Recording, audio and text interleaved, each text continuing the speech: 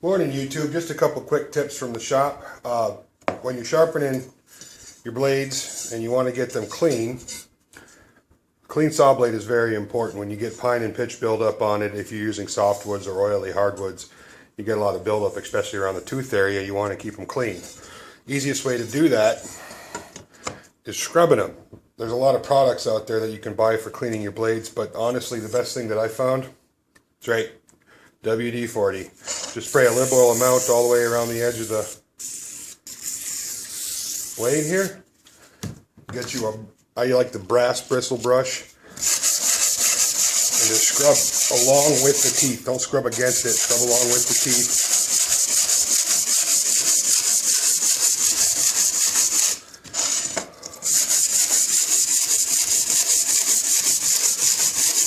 Just like so. And then what you end up with is a very clean blade.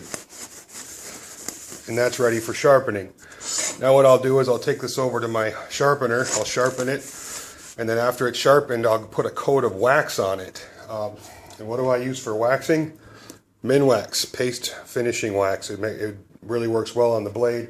You'd be surprised after you sharpen the blade and you use the wax on it how well the blade actually works.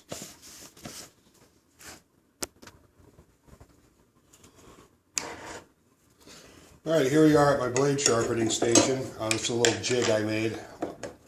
I go through a lot of saw blades. I do a large amount of cutting, and rather than paying $12 a piece, it cost me locally $12 a piece to have these 60 teeth 10-inch blades sharpened professionally.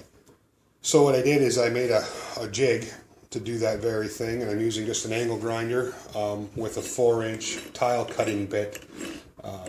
You can buy them at Home Depot or Lowe's or wherever.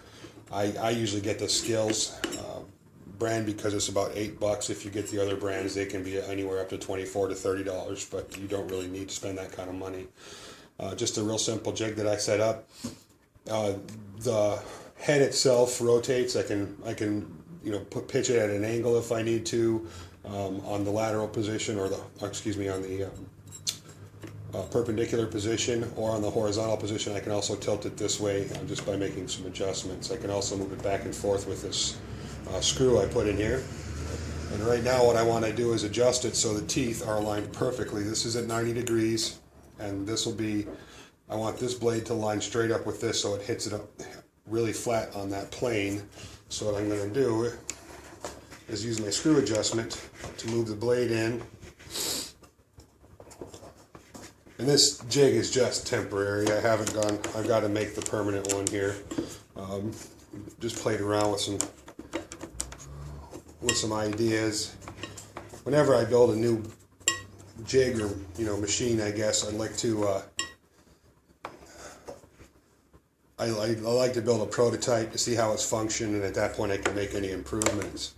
Now this is just about right. I'm going to add a little bit of a rake to these teeth. I think that with a little bit of with a little bit more of a rake, they'll cut a little bit better.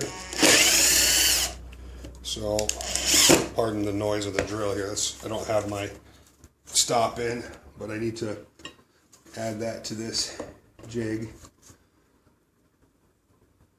I think what I'm going to do is build a different jig. And then I'll post that on YouTube when I get a chance. Alright, so blade is set up. I've got the angles that I want, so I'm going to go ahead and back this off. And we're going to go ahead and sharpen this blade. And I always, almost forgot, I always mark where I start. That way I know not to go past it. I'm going to put an advanced feed on it and a stopper, but at this point I'm just using my hand to guide it so I can sharpen these blades up. So, excuse me.